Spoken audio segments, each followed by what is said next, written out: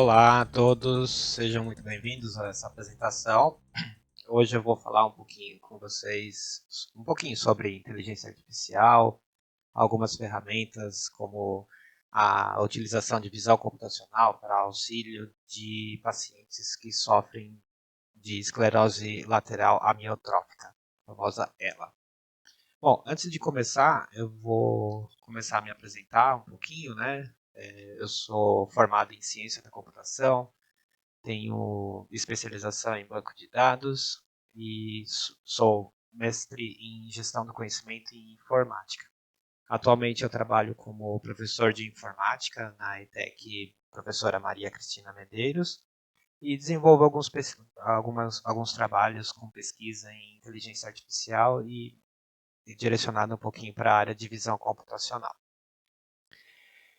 Para a gente começar, eu queria estar citando uma pequena palavrinha que para as pessoas que sofrem dessa doença é uma coisa bem complexa para fazer essa comunicação com seus entes queridos, com seus cuidadores.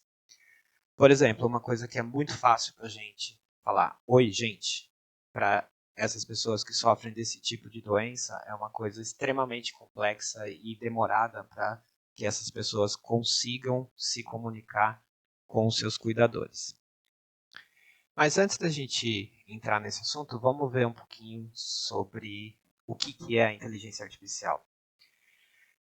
A inteligência artificial, existem várias definições hoje em dia sobre o que é a inteligência artificial, mas a gente pode, de uma forma assim, bem resumida, descrever que a inteligência artificial é quando a gente consegue, ou tenta, pelo menos, fazer com que as máquinas consigam ter um pouco da capacidade de como nós, seres humanos, aprendemos, como nós percebemos o nosso ambiente ao nosso redor e como nós fazemos para fazer as tomadas de decisões, qual o caminho devemos seguir para determinado problema. E tudo isso de uma forma bem racional e sempre se adaptando às novas situações.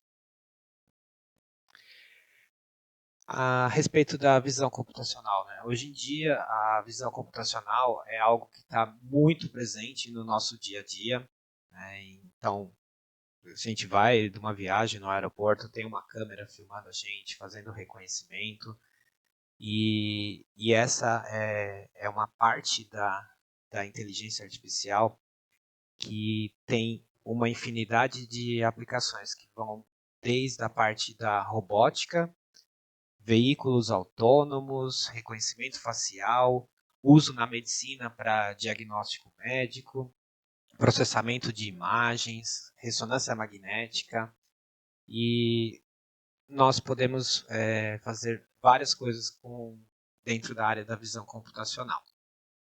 Ou seja, a gente consegue fazer com que as máquinas consigam, de certa forma, enxergar o mundo como nós enxergamos.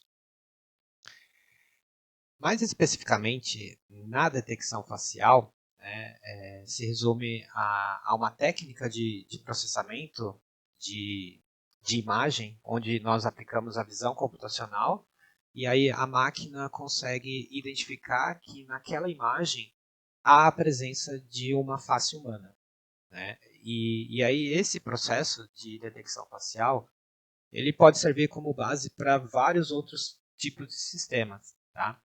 E aí, com a detecção facial, nós conseguimos também detectar movimento dos olhos e piscada, porque ele vai gerar vários pontinhos que eu vou comentar mais para frente aqui nos próximos slides e a gente vai entender um pouquinho melhor esse processo de como funciona essa parte da detecção facial. Na medicina, nós temos vários tipos de aplicação da visão computacional na área da saúde, principalmente na área de detecção de doenças, né, previsão de doenças, como, por exemplo, câncer, diagnósticos médicos, tumores malignos ou benignos.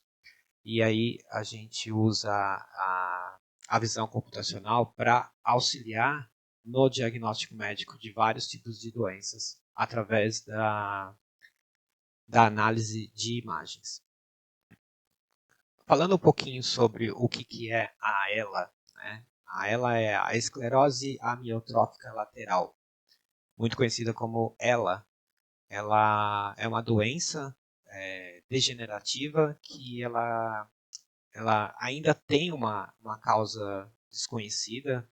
Existem vários estudos em cima dessa doença, né? E ela, a principal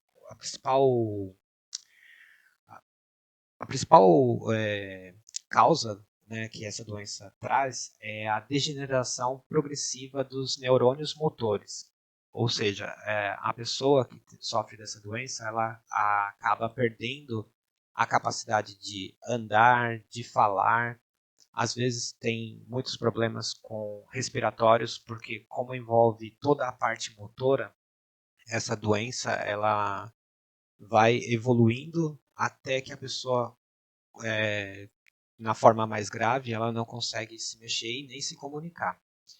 Mas uma coisa que os pesquisadores têm observado é que, apesar dessas limitações motoras que são impostas por essa doença, o paciente ele mantém toda a sua parte intelectual e cognitiva normal, intacta.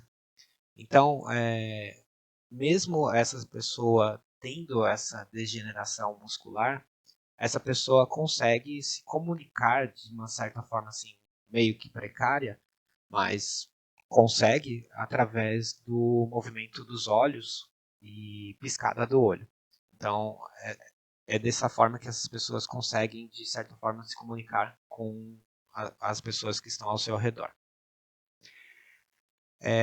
Falando dessa doença, não tem como não citar, né, essa figura, né, que foi assim um imenso, né, uma figura notável na ciência, que é o Stephen Hawking, e, e ele deixou uma frase que assim é uma frase muito legal, que é o seguinte, que apesar da doença dele impossibilitar ele de fazer vários movimentos, de escrever livros, de produzir a sua obra, ele conseguiu, através de uma máquina, dizer que o seu corpo pode estar preso, mas a sua mente está livre e pronta para voar e brilhar. É uma frase que serve não só para as pessoas que têm essa doença, mas para todo mundo, né? Então, é uma frase bem inspiradora. Aí surgiu uma ideia. Em conversa com alguns alunos aqui da nossa instituição e através de um projeto piloto de pré-iniciação científica, surgiu a ideia de trabalhar dentro dessa área da visão computacional e mais especificamente para a doença ELA, para auxiliar esses pacientes aí de uma certa forma com os recursos de visão computacional. Então eu queria apresentar para vocês aí meus queridos alunos, né, a Laura, o Pedro e a Raíssa. Esses são alunos do curso técnico em informática para a internet e eu estou os orientando nesse projeto que visa auxiliar esses pacientes com essa doença.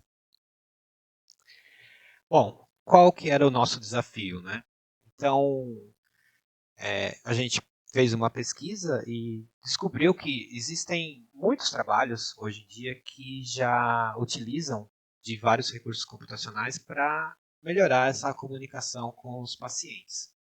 São programas de computador que já captam, né, movimentos oculares e também possibilita que esses pacientes, só pelo movimento do olhar e piscada do olho, consigam selecionar letras e até mesmo palavras prontas para poder estabelecer essa comunicação, mesmo tendo perdido a capacidade de fala. Eu estou mostrando uma imagenzinha no centro da tela, que essa é um caso real da doença, ela é um garoto de 13 anos que sofre dessa doença e essa é uma placa onde a mãe dele usa para se comunicar com ele, para saber o que ele deseja naquele momento, quais são as suas necessidades. E é uma placa que é bem complexa para ir selecionando o que ele quer. Então a mãe dele precisa ficar atenta ao olhar dele para saber qual é a palavra que ele está querendo falar naquele momento. À esquerda a gente tem uma imagem real desse menino, né? E eu fiz alguns recortes de como é o dia a dia dele. Então, por exemplo, ele tem um pouco de movimento apenas no dedo polegar da mão direita. Então, ele usa um tablet e ele tenta escrever alguma coisinha lá, mas por várias vezes, às vezes o dedo dele, como ele não tem muito controle, fica encostado em uma tecla. Então, aí, por exemplo, se ele quiser escrever eu gosto, né, aí fica dessa forma como eu estou mostrando para vocês nessa imagem. O dedo fica encostado e as letras vão surgindo na tela. E mesmo para ele escrever, por exemplo, uma frase com 4 palavras, ele demora aproximadamente uns 50 minutos para conseguir redigir uma frase com 4 palavras. Então é uma comunicação bem difícil, demorada, né? E aí surgiu a ideia desse projeto para tentar, de certa forma, melhorar a condição de vida desse paciente. Quais são as ferramentas que nós vamos utilizar nesse projeto? Nós vamos utilizar principalmente 2 ferramentas que são muito utilizadas na área da visão computacional, que é uma biblioteca chamada OpenCV e atualmente uma biblioteca chamada DLib, que é mais específica para tratamento na região da face humana. Então, ela consegue explorar vários pontos dentro da face, o que a biblioteca do OpenCV ela não faz com tanta facilidade quanto a biblioteca DLib. A ideia é que nós segmentamos a região da face e depois, utilizando a biblioteca DLib, nós conseguimos extrair os nossos pontos de interesse, que é a região que são as regiões dos olhos. E aí, como é que essa biblioteca trabalha? A biblioteca DLib ela trabalha com o conceito de landmarks, que vai registrar 68 pontos em torno da face. E aí nós conseguimos segmentar a nossa região de interesse, que são os olhos. Falando um pouquinho dessas 2 bibliotecas, né, o OpenCV é uma biblioteca aberta para visão computacional. Ela é utilizada para vários tipos de análise, detecção, reconhecimento facial, edição de vídeo, análise de textos, enfim. É uma biblioteca muito, muito utilizada na área de visão computacional. E a gente agregou a biblioteca DLib, criada em C++, porque ela já trabalha com o conceito de aprendizado de máquinas para detecção facial, reconhecimento facial, análise de sentimentos através da face, e ela possui também uma alta qualidade na detecção facial. Como é que a gente faz a segmentação dessa região de interesse? Nós detectamos a face através da biblioteca DLib e, utilizando o OpenCV, nós vamos separar a região que nos interessa, que é a região dos olhos. E aí, uma vez com a região segmentada dos olhos, nós trabalhamos com esses pontos chamados landmarks, com esses índices, né, do ponto 36 até o ponto 47 dessa região segmentada da face. Algumas operações que nós fazemos aqui para desenhar um pouquinho o fluxo de funcionamento. Uma vez que o nosso projeto é inicializado, nós partimos para a detecção da face. Com a face detectada, geramos os pontos da face, a detecção dos landmarks, e depois partimos para a segmentação da região de interesse, que é a região dos olhos. Uma vez que essa região é segmentada, nós partimos depois para alguns processos matemáticos onde a gente precisa extrair o ponto central do olho, que é localizar o centro de cada olho para saber, para a gente conseguir determinar qual é a direção que o olho está apontando naquele momento. Uma vez que a gente conseguiu detectar o centro, a gente parte para um outro processo, que é o processo de detecção de piscar o olho. A piscada do olho é um processo essencial na comunicação, porque é quando o paciente vai selecionar o que ele quer através da piscada. O olho só vai direcionar para ele poder escolher o que ele deseja. E por fim, nós fazemos a parte da resposta, né? Hoje o nosso projeto está rodando somente com letras, mas temos uma proposta de atualização para gerar frases já prontas para agilizar ainda mais o processo de comunicação.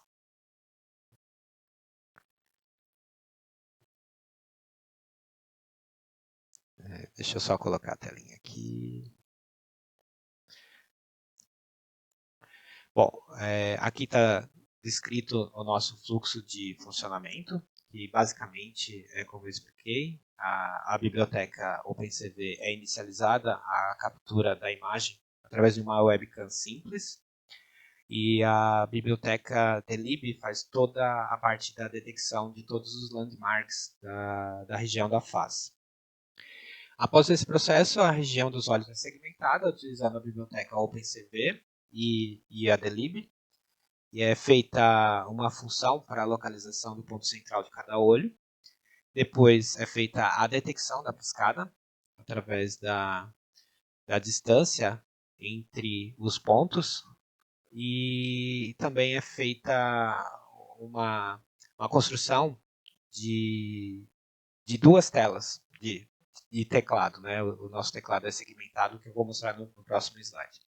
E por último é feita a saída do texto selecionado através da piscada dos olhos. Alguns componentes que a gente utilizou no projeto. O primeiro componente, eu acredito que o mais importante, é o desenho do teclado. E esse teclado ele tem um funcionamento bem característico, que cada letra ela vai aparecendo, ela vai sendo realçada com fundo branco em um determinado tempo. Né? Esse tempo pode ser ajustado também de acordo com a necessidade de cada usuário, podendo ser mais rápido ou mais curto. E enquanto o usuário não pisca o olho, as letras vão sendo realçadas à medida do tempo. Se ele não escolher nenhuma letra, continua todo o processo novamente. E aí temos dois teclados, o esquerdo e o direito. Dividimos o teclado em duas partes para facilitar a visualização do teclado no monitor, para que as letras fiquem com uma fonte um pouquinho maior e o paciente possa optar por um ou por outro. Depois que o teclado é selecionado, as letras são alternadas automaticamente, e se o paciente não piscar o olho, as letras continuam sendo alternadas num ciclo contínuo. Quando o paciente escolhe uma letra, ele mantém o olho fechado, dá uma piscada por alguns segundos, e assim essa letra que ele selecionou é escolhida e é colocada numa terceira tela abaixo, que a gente chama de board, tá? Que é o nosso quadro. Eu vou passar um pequeno vídeo de demonstração de como funciona esse processo todo. Então, é iniciado o programa, e ao iniciar o programa, a primeira parte que aparece é a escolha do teclado, para o paciente escolher esquerda ou direita. Uma vez escolhido o teclado, as letras começam a ser alternadas, e quando o paciente pisca o olho por alguns segundos, a letra é inserida no board. Então, para escrever aquela frase "Oi, gente", selecionou a letra I. E agora eu preciso selecionar a letra G, que está no outro teclado.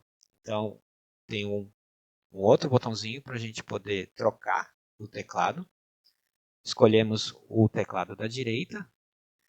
E agora a gente pode escolher a próxima letra da nossa frase, letra G. E assim nós vamos escolhendo as letras de acordo com a alternância delas dentro da nossa tela. É possível ir alternando entre os teclados até à medida que a frase fique completa. Para cada paciente é necessário o ajuste da distância da detecção dos olhos para melhorar a sensibilidade da detecção.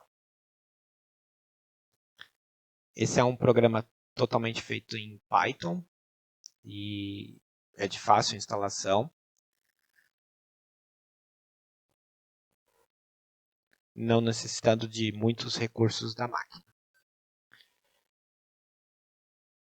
Esse projeto ainda está em fase de testes e estamos fazendo alguns ajustes. Esse projeto foi iniciado esse ano, em 2022, como eu falei já, com a equipe de alunos, num projeto de pré-iniciação científica, alunos de ensino médio que fazem o curso de técnico em informática para a internet. Esse projeto está previsto para ser concluído agora no final desse ano, em 2020, já com algumas alterações que são previstas já para esse projeto, como, por exemplo, a inclusão do terceiro teclado com palavras ou pequenas frases para melhorar a comunicação desses pacientes. Também vai ser feito o ajuste para a seleção do terceiro teclado, que nós só temos o esquerda e direita. Vai ser inserido também uma tecla para remoção de caracteres digitados incorretamente. Então, no próprio teclado vai haver uma nova tecla que vai apagar o último caractere digitado se por acaso foi digitado incorretamente.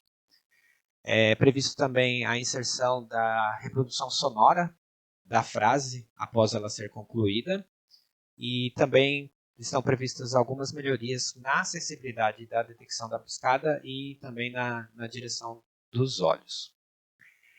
Eu agradeço muito a participação de todos. Deixo aí os meus contatos para quem quiser saber mais a respeito desse projeto.